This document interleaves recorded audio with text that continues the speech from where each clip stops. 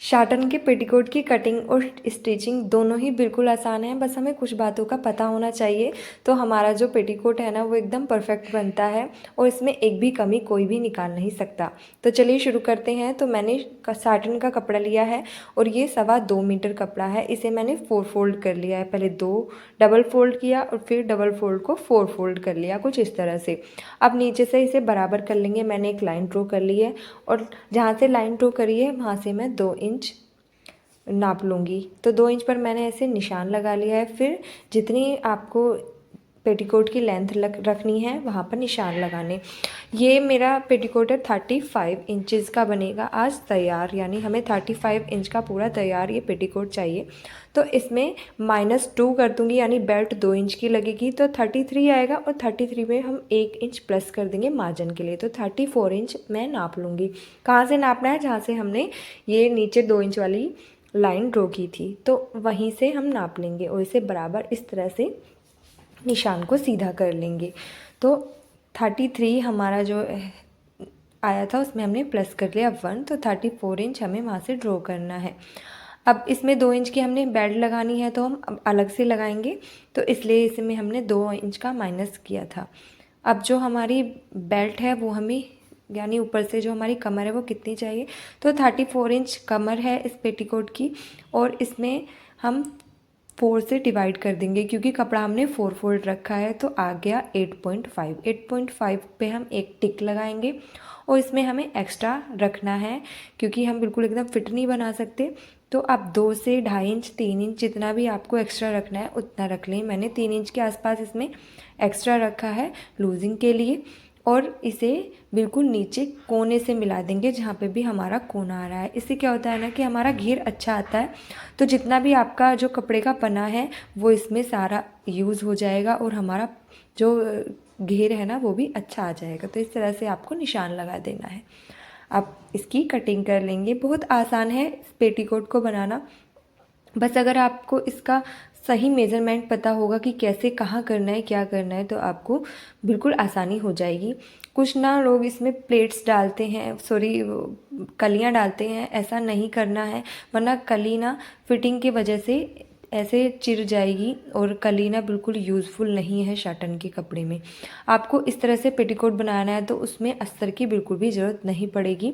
आप इसी तरह से शाटन का पेटीकोट बनाएं। अब इसका जो एक कोना है साइड में से वो लंबा है क्योंकि हमने उसे ऐसे कोना की तरफ से काटा था तो इस तरह से लंबा बैठ रहा है। तो हमारा जितना भी ऊपर से नीचे तक है, मेरा 36 इंच के आसपास बैठ रहा था तो इधर से भी मैंने 36 इंच नाप लिया और इसमें निशान लगा दिया। तो इसे कटिंग करके बराबर कर लेंगे। इससे क्या होता है ना कि हमारा जो पेटीकोट है ना वो ऐसे ऊंचा नीचा नहीं बैठता है। तो ये कट लगाना आपको बहुत ज़्यादा ज़रूरी है। अब ऊपर से भी हम इस तरह से भी 2 इंच का माप लगा लेंगे जैसे हमने उधर लगाया था। ये हमारा ना नीचे फोल्ड करने के काम आएगा जो हमने 2 इंच का निशान लगाया है। अब इसे नाप लेंगे कि पूरा ये बराबर आ रहा है 36 इंच या नहीं। तो हमारा बिल्कुल सही आ रहा है।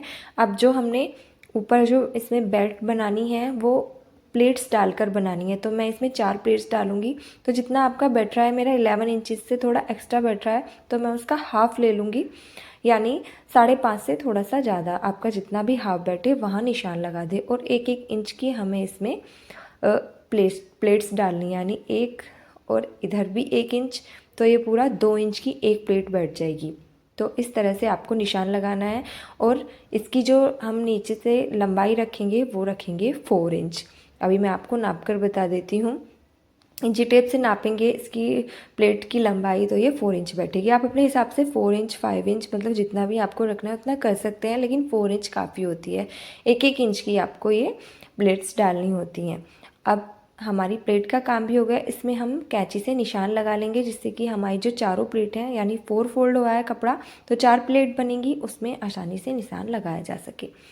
अब हमारा जो ये काम है कटिंग का वो हो गया है पूरा। तो अब चलते हैं स्टिचिंग की तरफ। अब हमने इसे डबल फोल्ड या और फोल्ड फोल्ड किया था तो ये उल्टा बाहर था और सीधा अंदर। तो अब हमें क्या करना है कि सीधा बाहर करना है दोनों साइड से और उल्टा अंदर करना है। तो इस तरह से हमें कपड़े को लेना है लंबाई की तरफ से, जिस तरफ से पेटीकोट की हमें लंबाई रखनी है। उधर से सीधी तरफ से मैं क्यों सिलाई लगा रही हूँ अभी आपको पता चलेगा। तो एक पैर की हमें सिलाई लगा लेनी है। ध्यान रहे लंबाई वाला पार्ट है और आपको दोनों पार्ट को ना सीधा सीधा ही जोड़ना है, यानी सीधा सीधा दोनों का बाहर रखना है। तो इसी तरह से मैं सिलाई लगा लूँगी। इसमें आपको दोनों तरफ पक्की सिलाई करनी है। और अब क्या करेंगे ना, इसे हम खोल लेंगे। देखो एकदम सीधी सिलाई आपको लगानी है, बस एक पैर की, ज़्यादा कपड़ा आपको मार्जिन में नहीं लेना है। अब इसे हम उल्टा कर लेंगे और इस तरह से इसमें एक सिलाई लगा देंगे फिर से। इससे क्या होता है ना कि हमारा जो पेटीकोट एकदम सफाई से बनता है, उसमें कहीं भी धागे वगैरह नहीं दिखते हैं। और मेन पर्पस कि इसमें इंटरलॉक कराने की आपको ज़रूरत नहीं पड़ेगी और कहीं से भी ये ना ऐसे खिंचा हुआ नहीं रहेगा या सिलाई नहीं निकलेगी। तो इससे हमारी सिलाई भी पक्की हो गई और सफाई भी आ गई। देखो कितना एकदम फिनिशिंग आई है ना। इसी तरह से आपको करना है। अब जो हमने प्लेट्स के निशान लगाए हैं वो प्लेट्स में भर लूँगी। तो मैंने चारों प्लेट्स में इसी तरह से निशान लगा लिए थे, 1-1 इंच करके, और 4 इंच प्लेट्स की लंबाई। अगर आपको कुछ भी समझ में ना आए ना तो आप कमेंट बॉक्स में मुझे बता दें, मैं आपको कमेंट में ही रिप्लाई देकर समझा दूँगी। अब जो साइड वाले पार्ट थे ओपन वाले, लंबाई में भी उन्हें मैंने 5 इंच के करीब इस तरह से लंबाई में फ़ोल्ड कर लिया है, जिससे कि हम अपने पेटीकोट का नेफा बनाएंगे। ये 5 इंच के करीब मैंने मोड़ा है। आप चाहें ना तो इसमें चेन भी लगा सकते हैं, मैं नहीं लगा रही हूँ। इसी तरह से आप फोल्ड कर लें दोनों तरफ से, जैसे हम नेफा बनाते हैं ना वैसे ही। अब इसमें मैं 5 इंच पर निशान लगा रही हूँ सिलाई लगाने के लिए। आप ना थोड़ा कम ही लगाएं, 3.5 या 4 इंच तक चल जाएगा। बाद में मुझे ना थोड़ा 1 इंच पे ऊपर निशान लगाना पड़ा, यानी मैंने 4 इंच तक ही इसको निशान को पूरा किया, क्योंकि ये बहुत ज़्यादा लंबा लंबा लग रहा था और गैप ज़्यादा हो रहा था। तो इस तरह से अब हम सिलाई लगा लेंगे। इस पर भी हमें सेम एक पैर की ही सिलाई लगानी है और ध्यान रखना है कि कपड़ा देखो किधर से है। अभी भी मैंने जैसे पहले लगाई थी ना दूसरी तरफ से सिलाई, सीधा सीधा है दोनों तरफ, वैसे ही मुझे लगानी है इसमें भी। तो सिलाई लगा लेंगे, क्योंकि हमें पलट के दोबारा से इसे उल्टी तरफ लगाना है और इसका जो एक्स्ट्रा कपड़ा है ना वो अंदर बंद हो जाएगा। अभी देखो कैसे, जैसे सेम पहले लगाया था। तो जहाँ पे हमें एक्स्ट्रा कपड़ा लग रहा है उसे कट कर देंगे, क्योंकि सिलाई फिर हमें ज़्यादा दूर तक लगानी पड़ेगी। सिलाई पूरी लगा ली है मैंने। अब हम क्या करेंगे कि इसे उल्टा कर लेंगे और इसमें अच्छे से एक सिलाई लगा लेंगे, जैसे हमने पहले लगाई थी। आपको वीडियो पसंद आ रही है तो प्लीज़ वीडियो को लाइक कर दें, और आपको आगे किस चीज़ की स्टिचिंग या सिलाई की वीडियो देखनी है वो भी कमेंट बॉक्स में बताएं। अब इस तरह से ही हम उल्टी तरफ से करके इसमें सिलाई लगा देंगे, जैसे हमने पहले लगाई थी। अब हमें इसे नीचे से फोल्ड करना है, सिंपल नहीं करना है। मैं बुकरम का यूज़ कर रही हूँ, तो मैंने 1.25 इंच यानी 1 इंच से थोड़ा सा ज़्यादा पट्टी ली है बुकरम की, और बुकरम की पट्टियों को मैंने इस तरह से जोड़ दिया है जितना हमारा जो घेर है बैठ रहा है उसको नाप लेंगे, और फिर पट्टी उतनी ही हमें एक लंबी तैयार करनी है। आप 1 इंच से 2 इंच के करीब तक जितनी भी आपको चौड़ी पट्टी रखनी है बुकरम की, आप उतनी रख लेंगे। हमने 2 इंच का जो मार्जिन है वो रखा था, उसी हिसाब से मैंने 1 इंच से थोड़ा एक्स्ट्रा ले लिया, क्योंकि इसमें हमें कपड़ा दबाना भी है। अब क्या करेंगे कि इस पट्टी को आप कहीं से भी रख सकते हैं, क्योंकि हमने इसके दोनों छोर जो हैं वो बंद कर दिए, यानी दोनों तरफ सिलाई लगा दी है। और अब हम इसके नीचे से आधा इंच का मार्जिन छोड़ते हुए, यानी आधा इंच का कपड़ा छोड़ते हुए, हम इस पे इसके ना बुकरम और कपड़े को रखकर बीच में से सिलाई लगाते चले जाएंगे। इससे क्या होगा कि जब हम कपड़े को फोल्ड करेंगे ना तो आसानी से फोल्ड हो जाएगा, और बुकरम की पट्टी है ना वो इधर उधर भी नहीं खिसकेगी।